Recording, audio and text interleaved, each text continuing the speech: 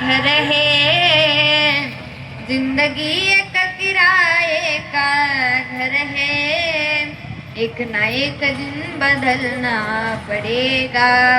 मौत जब तुझको आवाज देगी, मौत जब तुझको आवाज देगी, घर से बाहर निकलना पड़ेगा। ऐसी हो जाएगी तेरी हालत, काम आएगी दौलत न ताकत, वक्त ऐसा भी आएगा नादा, तुझको कांटों पे चलना पड़ेगा। जिंदगी एक किराए का घर है, एक ना एक दिन बदलना पडेगा। म्हणजे त्या भगवान परमात्म्याने आपल्याला हा देह दिला, पण कसा दिला? भाड्याने दिला. म्हणजे हा देह आपला नाही. मग हा देह असताना आपण म्हणतो हे माझं ते माझं, काहीही आपलं नाही. आपण जाताना काहीही घेऊन जाणार नाही. आपण येतानाही काही आणलं नाही आणि जातानाही काही नेणार नाही. सुईच्या टोकावर बसेल एवढं सुद्धा आपण सोबत घेऊन जाऊ शकत नाही. कोणी गेलंय का घेऊन? गेलं का? आता एखाद्याच्या जाता जाता एखाद्याच्या घराचं बांधकाम सुरू होतं, परंतु बांधकाम होण्या अगोदरच ते गेले. मग घराची एखादी वीट घेऊन गेले का? घराची एखादी पायरी, एखादी खोली असं चालत नाही. काहीही सोबत घेऊन जाता येत नाही. आलोही एकटच आणि जाणारही एकटच. मग सोबत काय जातो तर तुकोबराय सांगतात, तुका म्हणे एका मरणेची सरे, उत्तमाची उरे कीर्ती मागे. आपली चांगली कीर्ती मागे उरली पाहिजे, बाकी काहीही नको. आपली चांगली कीर्ती मागे उरली तरी चालेल, परंतु वाईट कीर्ती मागे उरू देऊ नका. जोपर्यंत आहे तोपर्यंत चांगलं जगा. आपण गेल्याच्या नंतर कोणीतरी आपलं नाव घेतलं पाहिजे असं तुकोबराय सांगतात. मग आपल्या सोबत काय जातो? आपल्या सोबत काय? आपलं कर्म आहे. कर्म कुणालाही चुकत नाही. केले कर्म झाले त्याची भोगा आले, उपजले मेले ऐसे किती. कर्म कुणालाही चुकत नाही. जसं आपण कर्म करतो तसंच आपल्याला भोगावं लागतं. कसं उदाहरण सांगून जाईल. असंच नवीन नवीन लग्न झालं. नवीन नवीन लग्न होतं. सुनबाईनी सासू सासऱ्याला अगदी जीवापाड जपलं, आई बापासारखं जपलं. परत आता नंतर मात्र सासरे म्हातारे झाले, जास्त आजारी पडायला लागले. मग मात्र तिला वैताग आला. तिने नवऱ्याला सांगितलं, हे बघा आता काय मी तुमच्या वडिलांना सांभाळू शकत नाही, त्यांना कुठंतरी नेऊन सोडा. आता मुलाने सुद्धा विचार केला. विचार केल्याच्या नंतर मुलाने विचार केला की आता यांना कुठंतरी ढकलून देऊ म्हणून ते एका नदीत घेऊन गेले. चंद्रभागेसारख्या नदीत घेऊन जायचं आणि थोडं पुढं जास्त पाणी आलं की ढकलून द्यायचं.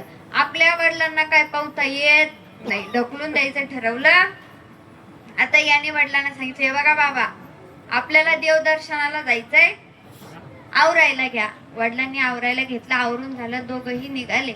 ठरल्याप्रमाणे दोघंही निघाले. आता त्यांनी जसा विचार केला तसं त्याने पाण्यामध्ये वडिलांना नेलं.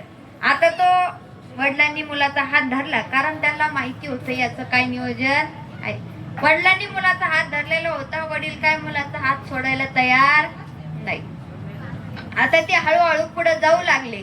मुलगा थोडा थोडा करून हात सोडू लागला, परंतु वडील काय हात सोडायला तयार नाही, कारण त्यांना माहिती होतं आता पुढे काय होणार. आता असं म्हटल्याच्या नंतर मुलगा म्हणाला की बाबा या नदीमध्ये आपल्याला स्नान करायचे आणि मग आपण दर्शनाला जाणार आहोत, माझा हात आता तुम्ही सोडा. वडील म्हणाले, हे बघ मी काय हात सोडणार नाही. मुलाने खूप हट्ट केला. त्यानंतर बाबांनी सांगितलं, वडिलांनी सांगितलं की हे बघ बाळा, या नदीमध्ये थोडं पुढे गेल्याच्या नंतर तुम्हाला ढकलून देणार हे मला माहिती आहे, म्हणून मी काय तुझा हात सोडणार नाही. मुलगा म्हणाला, हे बघा बाबा काही झालं तरी मी तुम्हाला जरी माहीत झालं असलं तरी मी तुम्हाला ढकलून देणारच, कारण आता काय आम्ही तुम्हाला सांभाळू शकत नाही. मग आता काय करायचं? त्यावेळेस वडील म्हणाले, हे बघ बाबा तू ठरवलंच आहे ना मला ढकलून द्यायचं, तर इथं नाही, मला तिकडच्या कोपऱ्याला घेऊन जा. अहो बाबा, इथं काय आणि तिथं काय, दोन्हीकडं एकच आहे. इथं ढकलून दिलं तरी तुम्ही मरणारच आहे आणि तिकडं नेऊन ढकलून दिलं तरी तुम्ही मरणारच आहे. मग असं का? नाही. बाबा म्हणले, अरे ऐक ना, पण इथं नको, मला तिकडं ढकलून दे. तुला ढकलून द्यायचंच आहे ना, मला मारायचंच आहे, मी मारायला तयार आहे, ते ढकलून, पण तिकडं घेऊन जा. अहो बाबा, इथं ढकलून द्यायला काय अडचण आहे? त्यावेळेस बाबांनी सांगितलं, हे बघ, तुझ्या आधी मी सुद्धा माझ्या वडिलांना ढकलून द्यायला इथंच आणलं होतं, मी पण त्यांना इथंच ढकलून दिलं. मग माझं पण तसंच नको, म्हणजे आपण जसं कर्म करू तसं भोगावं लागतं. म्हणून आई वडील असो किंवा सासू सासरी असो, दोघांची ही सारखी सेवा करा. आपण जसं करू तसंच आपल्याला भोगावं लागणार, तेच कर्म आपल्याला भोगावं लागणार. आपल्या कर्माचं फळ हे आपल्याला भोगावंच लागतं. म्हणून कर्म हे कुणालाही चुकत नाही.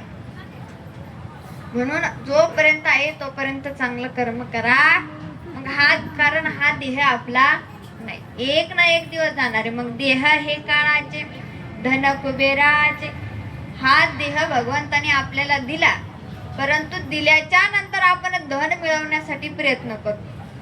धन मिळत नाही म्हणून प्रत्येक जण दुःखी आहे, परंतु ते धन तरी आपलं आहे का? नाही. देह हे काळाचे, धन कुबेराचे. धन सुद्धा कुबेराचं आहे, आपलं नाही. परंतु आपण धन मिळवण्यासाठी कष्ट करतो, हे माझं ते माझं. धन मिळवण्यासाठी आपले कष्ट असतात, पण ते आपलं नाही. ते मिळत नाही म्हणून प्रत्येक जण दुःखी आहे. प्रत्येक जण दुःखी आहे. कुणीही असू द्या, कुणीही सुखी नाही. पैसा आला की प्रत्येकाला सुख वाटतं, प्रत्येकाला आनंद वाटतो, पण ज्याच्याकडे पैसा नाही तो प्रत्येक जीव दुःखी आहे. का? कारण तो पैसा मिळवण्यासाठी कष्ट करतोय आणि ते मिळत नाही म्हणून तो सुखी नाही. मग जो देखे सो दुखिया बाबा, सुखिया कोई नहीं रे. जो देखे सो दुखिया बाबा, सुखिया कोई नहीं रे. राजा दुखिया, प्रजा दुखिया, दुखिया धन बैरागी. दुख के कारण सुख देवने, उदरी माया त्यागी रे.